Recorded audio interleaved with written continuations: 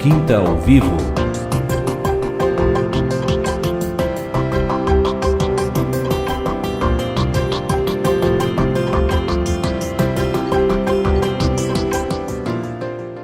Voltamos aqui nesse segundo bloco, bate-papo edificante. Nosso irmão Eduardo Lemers, presbítero de Piratuba, trazendo um pouquinho aí da realidade, né? Do despertar espiritual também, das oportunidades que Deus tem dado e o caminho que nós temos a seguir, um caminho com C maiúsculo. Mas, irmão, voltando um pouquinho para o início, né? A gente estava falando ali da mesa, começando a falar da mesa, mas também como chegou na mesa e do começo, né, daquele encorajamento, daquela ousadia do Espírito, né, que nós precisamos ter todos os dias para seguir nessa batalha, até porque essa guerra já está vencida no sangue de Jesus, e nós temos um que vai na frente, Jesus, né, e lembrando aí que realmente essa peleja é dele, né, mas sabemos que nós temos as nossas atribuições nisso tudo. Então fala um pouquinho para nós assim desse encorajamento primeiro, do primeiro amor, né? Nós estávamos falando no finalzinho do primeiro bloco, da importância disso, de manter isso, né? Lembrando que essa obra é dele, né? Então, porque às vezes a gente entra num jugo desigual, né? E realmente é a gente que tem que fazer, mas como o irmão mesmo compartilhou, né? De contemplar o que tendes, né? E fala um pouquinho da necessidade de a gente sentir isso, né? E o que você sentiu no primeiro momento, naquele primeiro amor, aquele toque miraculoso do Espírito que te levou a começar a servir. Conta para nós um pouquinho, porque tem muita gente que quer servir, mas não sabe como, às vezes está na teoria, não sabe como fazer. O que você sentiu? Como é que é? Amém. Esse primeiro sentimento é uma coisa assim, ó, que não tem como a gente explicar em palavras. É como se agora o Cleider me perguntasse assim: Eduardo, explica para os ouvintes que gosto tem uma laranja. Eu ia falar horas aqui que ninguém ia saber que gosto tem. Mas o que eu posso dizer assim, ó, é incrível e vale a pena o que tu tem que passar para provar esse gosto. E eu vejo assim, quando o que me fascinou foi que eu sentia algo diferente dentro de mim. Eu não entendia, a maioria das vezes eu não entendia. Se alguém me perguntasse depois do grupo familiar, o que tu entendeu? Eu disse, sei lá, não entendia nada, assim. Mas o fato de eu estar com aquelas pessoas, né, hoje eu entendo assim, que ali se fazia presente, o Cristo se fazia presente. E a presença de Cristo, irmãos, é algo que transforma vidas, né? Então eu senti aquela leveza, assim, mas tinha uma grande barreira. A minha primeira grande barreira foi congregar. Eu adorava quando eu ia nos grupos familiares. Na nossa cidade começou como um grupo familiar, né? Não tinha culto ainda, era só um grupo. E a minha grande barreira era congregar. Quando eu ia, eu saía maravilhado, mas eu falhava bastante. E aí passou uns 2 meses assim, eu tendo essas experiências de ir de vez em quando, e um dia eu tomei uma decisão assim: haja o que houver, eu sempre vou congregar. Amém. E por que veio essa decisão? Porque o meu pai e minha mãe, minha irmã e meu cunhado foram no culto e eles me convidaram. E eu disse, hoje eu não vou porque eu cheguei de viagem e eu quero ficar com a minha filha, com a Ana Luísa, né? Ela era pequenininha, tinha 2 anos, 1 ano, e eu vou ficar com ela.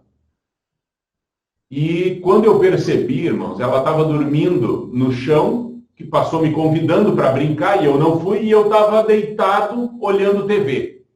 E eles chegaram, e eu estava na casa dos meus pais, e eles chegaram, e eu vi a facerice deles, eles conversando, falando sobre o testemunho, e eu disse assim, dentro de mim, desgraçado, diabo, Satanás nojento, hoje foi a última vez que tu me enganou. E eu tomei uma decisão de, querendo ou não querendo, eu vou ir nos grupos. E aquilo ali eu vi que foi um divisor de águas na minha vida, né? Foi a primeira decisão que eu tomei a favor de Cristo. Foi essa: eu vou participar. E eu nem sabia que tinha que se alimentar, né? Mas aquilo foi algo assim, ó, que eu vi, eu perdi e o inimigo me enganou. E eu tomei essa decisão. Então aquilo ali foi assim um divisor de águas na minha vida, né? Porque podia estar... Aconteceu o que acontecesse, pois o grupo, eu estaria lá, né? E aí comecei a participar dos cultos numa outra cidade, né? Que era onde os irmãos vinham nos auxiliar. Era 80 quilômetros lá de Montenegro. E nós ia numa facerice, voltava numa facerice. Por quê? Porque tinha muitas novidades, né? A gente aprendia muitas coisas. E aí hoje a gente vê, né? Até tem uma exortação na Bíblia para voltar para o primeiro amor. Porque a gente tem um estágio assim, logo que a gente chega na igreja, que muda muita coisa na nossa vida, né? Que a gente tira os pés do barro. A gente sai daquele lodo lá e tu vai para um lugar enxuto, seco, sem barro. E aí o Senhor diz: mas agora tu continua caminhando, não é para sair do barro e ficar do lado da poça de barro. E a gente se acomoda, porque eu já não estou mais no barro. E aí o Senhor diz: continua caminhando. Continua mudando a tua vida, as tuas atitudes, os teus pensamentos. E aí, normalmente, a gente muda até sair do barro. E aí a gente se torna cristãos frustrados, né? Que a gente ouve das grandes maravilhas que Deus fez, milagres que ninguém consegue explicar. A gente sabe desse poder de Deus, mas a gente não toca mais isso. E aí o Senhor diz: volta àquele primeiro amor. Mas não é a gente voltar para aqueles momentos iniciais. É para a gente voltar àquele amor de decidir contra a minha vontade e a favor de Cristo. É decidir, porque logo no começo, aí a gente começa a fazer concertos, a gente pede perdão, a gente começa a ler a Bíblia, a gente começa a cumprir umas ordenações básicas. Mas aí chega num ponto que o Senhor diz assim: ide, leva essa palavra. Agora compartilha com as pessoas aquilo que tu entendeu. Assume um grupo familiar. Tenha responsabilidade com Cristo. E aí a gente começa: não, eu vou ficar do lado da poça de barro aqui. A gente não continua naquele caminho, irmãos. E aí é como se a gente fosse uma árvore sem frutos. Né? E aí dá uma frustração, né? Aquelas pessoas chegam e esperam algo diferente de nós. Aí chega alguém com uma dor de cabeça do teu lado, e aí tu diz assim: tal remédio é muito bom. Tudo bem, pode indicar remédio, pode até tomar remédio, mas, puxa, vamos dar uma oradinha, né? Vamos dar uma orada. Aí eu estou com alguma coisa que eu não sei o que é, mas me dói aqui dentro. Doutor fulano de tal. Pensa um médico bom.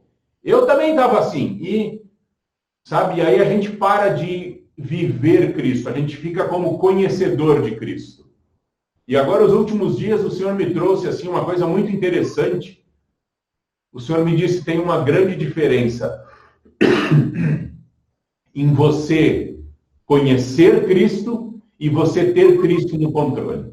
Tem uma grande diferença em Cristo estar com você e Cristo estar no controle da tua vida. Pode parecer muito igual, muito parecido. Eu tenho Cristo, mas a diferença entre você ter e Ele conduzir a sua vida... Imagina assim, você ganha um carro zero, teu carro dos sonhos, e ele não tem como botar um volante. De que serve aquele carro? Vai ser um desastre. Se tu acelerar, vai saber para onde que tu vai. E assim está a nossa vida, um potencial gigantesco. Mas o único que consegue conduzir a nossa vida é Cristo. E nós temos que deixar Cristo nos conduzir para que a gente sirva de testemunho para as pessoas. Para as pessoas olharem e dizer assim: mas eu também quero isso. Eu também quero.